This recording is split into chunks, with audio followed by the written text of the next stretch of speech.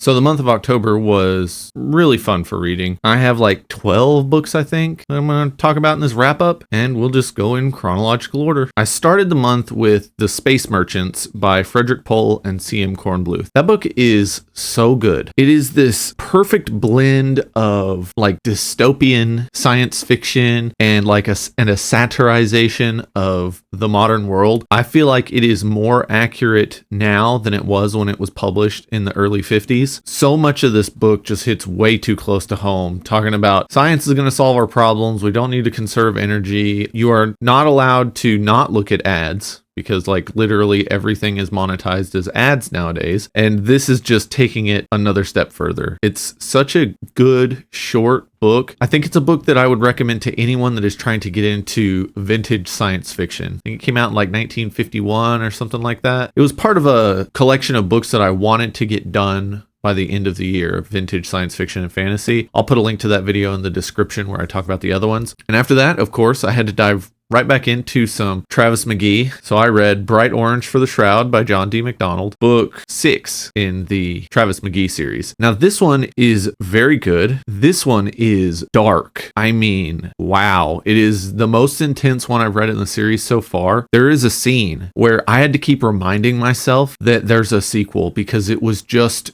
so scary. I was just like, oh, wait, no, there's going to be another one. Things are going to be okay. Things are going to be okay. It's just such an intense scene. And the book overall is the most like brutal, I guess is the best way to put it. It really gives off some True Detective season 1 vibes with just the overall, I don't know how to explain it. You feel a little dirty when you're done with it. I was going into it because I needed a comfort read because I had a really stressful time at the beginning of the month. And instead I finished and I just felt emotionally drained. But it's also one of the best in the series. It's easily in the top 3. But it is not one that I would recommend for new McGee readers. Just start at the beginning. The wombo combo of The Deep Blue Goodbye and Nightmare in Pink. If you don't like those, then you're not going to like the series. It covers the full spectrum of what I've seen so far in the McGee novels. The next book I went on to was one of my spooky season books that I talked about in my Spooktober whatever video. And that was In a Lonely Place by Carl Edward Wagner. It is phenomenal. It is one of the best horror collections I've ever read. Carl Edward Wagner was such a genius. I did make a review of that book, so go check that out. I'll put a link in the description. Oh, look, another Travis McGee novel. I read Darker Than Amber. I think that it's one of the weakest books in the series so far, but it's not bad. It's still like a 3.5 stars. It's a good book, but it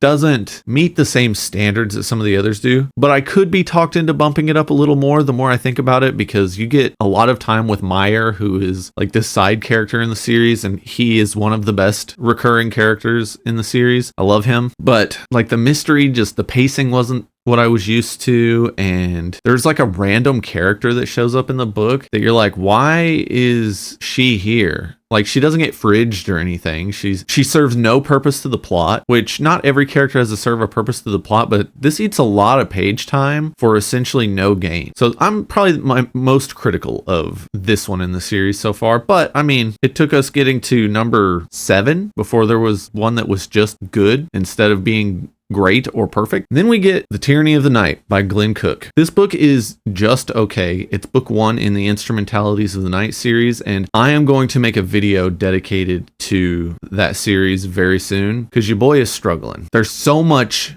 going on in it. I can go over a little of it now. He pulled a Guy Gavriel Kay and took a big chunk of actual history and just shaved the serial numbers off and turned it into his own fantasy. And that's great. It's really interesting, but he goes real hard in the paint. I will say it does things with magic that I have wanted to read for decades now, and it is incredibly innovative with some of the stuff, but the execution just was not there. But he went for it. I give him props for that. After those, I needed a break from everything else I had been working on, so I listened to I'm Still a 10-Year-Old Boy by Nancy Cartwright. The book is good. She is the voice of Bart Simpson along with some other Simpsons characters, and so you hear about her early life and how she got into the industry, and then how the Simpsons came about, and then these little anecdotes about different parts of the Simpsons and different episodes and different guest stars, and it's fun. There's some weird stuff in it toward the end that involve like Scientology, and I'm like, why is this here? But other than that, if you want an interesting light read narrated by the voice of Bart Simpson, she does a really good job of her normal voice and then kind of bringing in other voices, and then she has some recordings of her early auditions and some other stuff that you probably wouldn't hear anywhere else. It's fun. After that, I read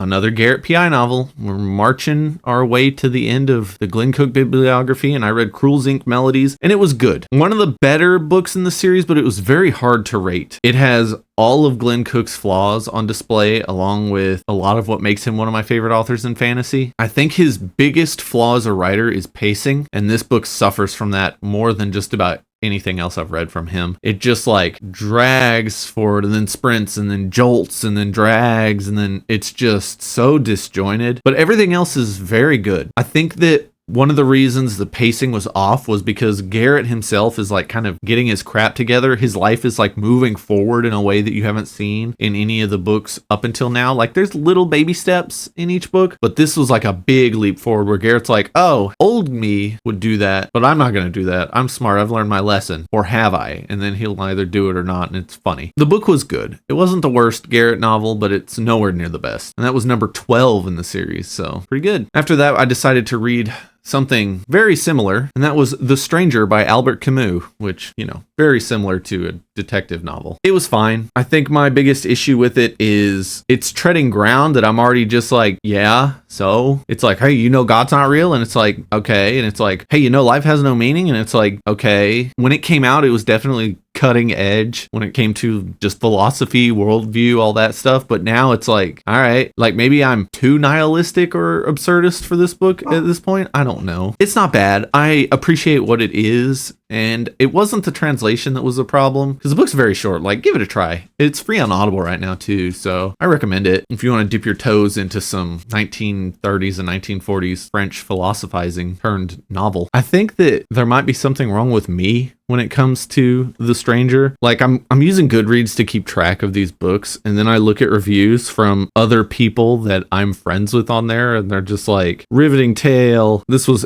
deserving of the Nobel Prize, blah blah blah, and I'm like, I mean, okay, I guess. I don't know. Maybe it's just me. It can't just be me. The rating's a little lower than I expected. But anyways, I've wanted to read Camus for a while. I had tried a different book of his and I could not stand it. The style of narration was just abysmal. Like, it's in first person and you're following this guy and he is insufferable, and I don't think it was intentional in the way it was coming across. Maybe it was a translation issue, I don't know, but I couldn't stand it. I can't even remember which one it was. After that, I needed another spooky book in my life, and I found out about a book I didn't know existed. I watched some video, which if I can find it, I'll link it in the description, but you can probably find it by just searching for it. It's like 5 lesser known Stephen King books or something like that. And one of them was Cycle of the Werewolf. The book is great. It's super short. It's a novella, and there's artwork in the physical copy. I did audio and I loved it. You follow this werewolf every month of a year and the protagonist that's going to do something about the werewolf, and it's perfect. It's everything Stephen King does well.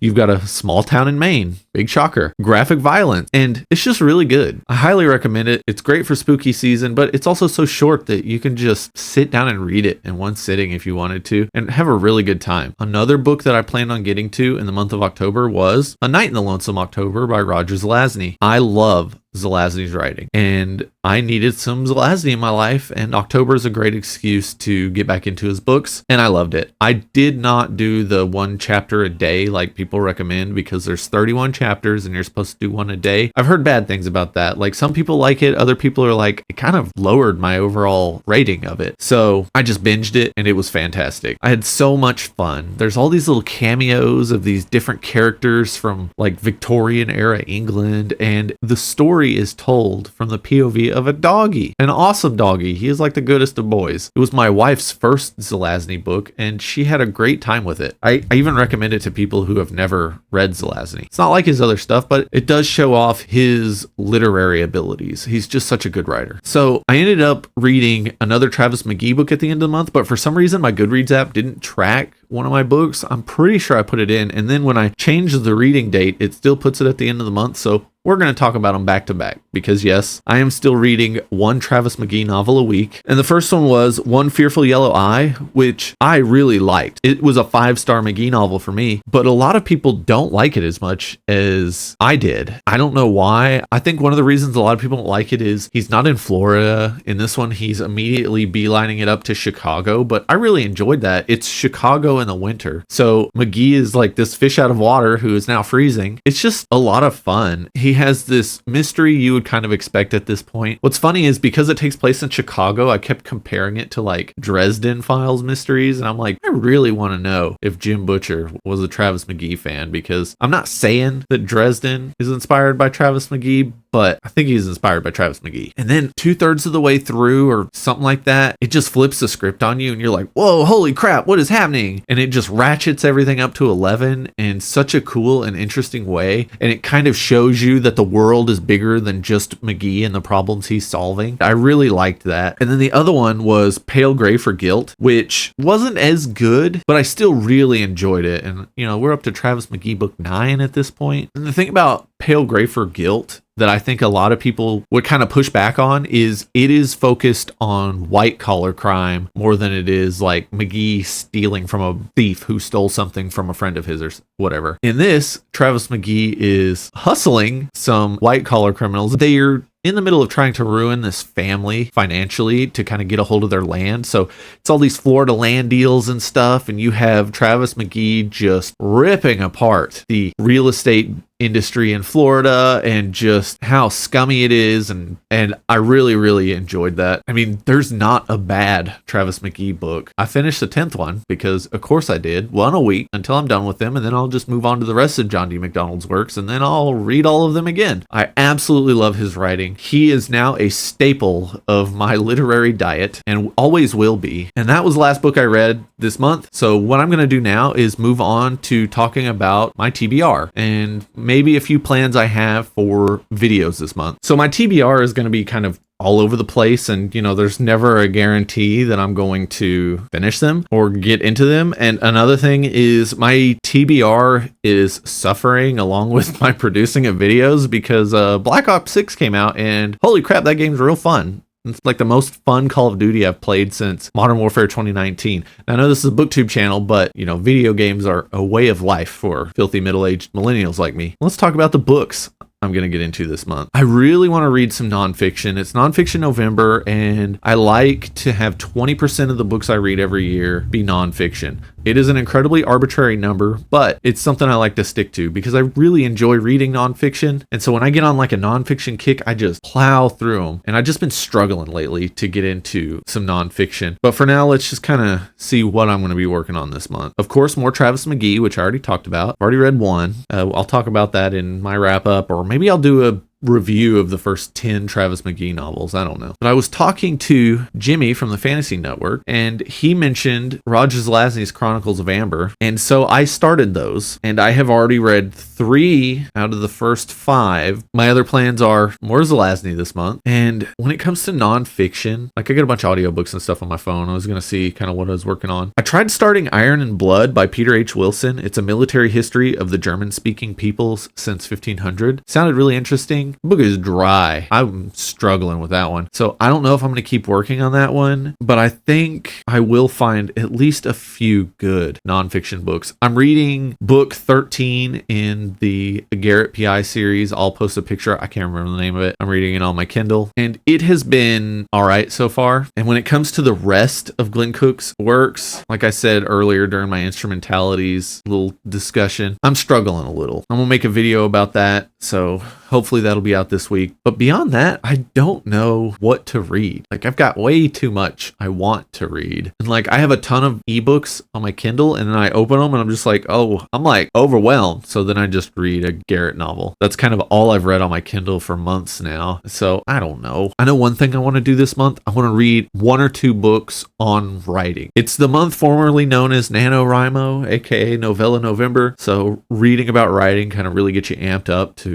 actually put some effort into writing. So I'm definitely going to do that. And when it comes to making videos this month, I have a few. I think they're going to turn out really good. One is going to be a discussion about some of the best writers that cover multiple genres. So I won't elaborate on that because I'm going to film that this week. And then I'm going to give you a talk about why my cooking is just not going as well right now. And we got to be real about this bibliography project. And another thing I'm thinking about doing, because this is Nonfiction November, is a video about my favorite war memoirs and maybe kind of add in some of my favorite stuff from World War II. I thought about just doing World War II because I've got a handful of World War II books I enjoy and then like multiple war memoirs that take place in World War II. But I might just leave it to memoirs of soldiers. They're very interesting, and I'll mention a couple that I plan on reading in the near future. But beyond that, I don't really know. I read a lot of books this month. I'm probably going to read a lot of books in November. I mean, I've already read 4, and it's the 4th. So, hey, let's keep that pace, 1 a day. Maybe I'll have 30 at the end of the month. That would kill me, and my brain would melt. Let me know in the comments if you have any suggestions on some nonfiction I can check out this month, especially history. I'm really looking for stuff that's like narrative driven and kind of covers something in Europe between 1500 and 1900, pretty wide range. And beyond that, let me know in the comments if you've read any of these books, your thoughts on those books, any recommendations based on what I've read in the month. Let me know about your favorite book of the month. Mine was In a Lonely Place by Carl Edward Wagner. It was perfect. And I don't have anything else to say. So thanks for watching. And with that, I'll see you next time.